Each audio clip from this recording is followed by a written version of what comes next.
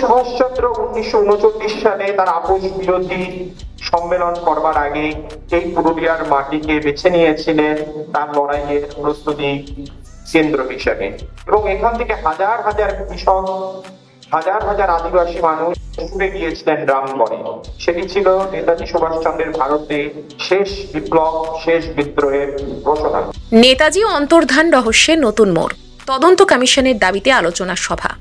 পুরুলিয়ার প্রাক্তন সাংসদ চিত্ত মাহাতোর প্রয়াণ দিবসে ছালদায় ফরওয়ার্ড ব্লকের উদ্যোগে অনুষ্ঠিত হল নেতাজি অন্তর্ধান তদন্তে তাইওয়ান রিপোর্ট বিষয়ক আলোচনা সভা। বক্তৃতা রাখেন নেতাজি গবেষক সৌম্যব্রত দাশগুপ্ত ও সৈকত নিয়োগী। তাদের উদ্যোগে প্রকাশিত 1956 সালের তাইওয়ান সরকারের রিপোর্টে বলা হয়েছে যে 1945 সালের 18ই অগস্ট তথাকথিত বিমান দুর্ঘটনার কোনো প্রমাণ নেই। মনোজ মুখার্জি কমিশনও একই মত দিয়েছিল। বক্তারা বলেন, কংগ্রেস সরকার অগণতান্ত্রিকভাবে সেই রিপোর্ট বাতিল করে, তাই আবার নতুন করে তদন্ত কমিশন গঠনের দাবি জানান তারা।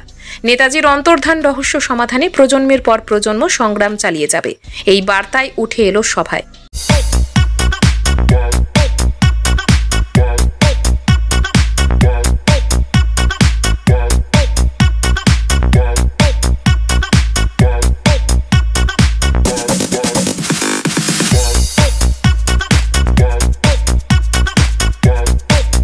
আজকে আলোচনা ছিল অপ্রকাশিত তাইওয়ান রিপোর্ট। নেতাজি তথাকথিত বিমান দুর্ঘটনা 1945 সালের 18ই অগস্ট তাইওয়ানেতে নেতাজি বিমান দুর্ঘটনায় মৃত্যু হয়েছে বলে এতদিন যে প্রচারণা তার বিরুদ্ধে তাইওয়ান রিপোর্ট, সেই তাইওয়ান সরকার একটি গবেষণা করে বা একটি তদন্ত করে জানিয়েছিল যে নেতাজি সুভাষচন্দ্র বসুর এইখানে মৃত্যু হয়নি এবং তার সম্বন্ধে কোনো রকম কোনো রিপোর্ট আমাদের কাছে নেই। এবং আমরা জানতে পারি রিপোর্টটা সেই সময়ই জওহরলাল নেহরুর কাছে এসেছিল, কিন্তু কোনো এক অজ্ঞাত কারণে তিনি সেটা দেশবাসীর সামনে আনতে দেননি এবং আজও ভারত সরকার ওটা আনেননি। এবং আমার বন্ধু সৈকত নিয়োগী সেটা ইংল্যান্ডের মহাপেজখানা থেকে খুঁজে পেয়ে সেটাকে 1 মাস আগেই আমরা কলকাতার প্রেস ক্লাবে মানুষের সামনে আনি। তারপরে থেকেই প্রতিটি বাংলার জেলায় জেলায় ভারতের বিভিন্ন জায়গায় মানুষের কাছে ছড়িয়ে দেওয়ার চেষ্টা করেছি আমাদের সীমিত সাধ্যের মধ্যে। তা আজকে পুরুলিয়ায় ফরওয়ার্ড ব্লকের উদ্যোগে চিত্ত মাহাতো স্মরণে যে অনুষ্ঠান, তার স্মারক বক্তৃতায় এই বিষয়টি নিয়ে আলোচনার ব্যবস্থা করা হয়েছে।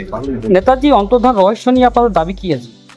আমাদের দাবি হচ্ছে 1945 সালের 18ই অগস্ট নেতাজি সুভাষচন্দ্র বসুর বিমান দুর্ঘটনায় মৃত্যু হয় এবং এই বিষয়টি ছিল নেতাজির নিজস্ব একটি পরিকল্পিত একটি ঘটনা, যার মাধ্যমে তিনি ইংরেজ সরকার এবং তৎকালীন মিত্র শক্তির চোখে ধুলো দিয়ে তিনি ভারতবর্ষ সেই সমাধান থেকে এসকেপ করেছিলেন। এবং তার পরবর্তীকালে আর কি হয়েছিল সেটি আজও ধোঁয়ায় আবৃত। তার কারণ এখনো বহু ফাইল, বহু মহাপেজখানাতে মজুত রাখা হয়েছে, সেগুলো আনার কোনো উদ্যোগ ভারত সরকার নিচ্ছে না। সেগুলো যতক্ষণ না আমাদের সামনে আসছে ততক্ষণ নেতাজি সুভাষচন্দ্র বসু কি হয়েছিল সেই সম্বন্ধে কোনো স্পষ্ট ধারণা আমরা দিতে পারবো না। পরিবারের যে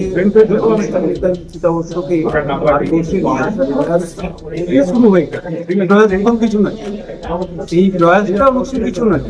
ইতিপূর্বেও এই প্রয়াস কেন্দ্রীয় সরকার শুরু করেছিলেন এবং কেন্দ্রীয় সরকার শুরু করার ফলে নেতাজি প্রেমী মানুষদের একেবারে আন্দোলনের ফলেই কিন্তু সেই চিতাভস্ম আনার বিগত দিনেও বন্ধ হয়েছে এবং আজকেও ভারত সরকারের কোনোরকম দরকার হলে ফরওয়ার্ড ব্লক তার সর্বশক্তি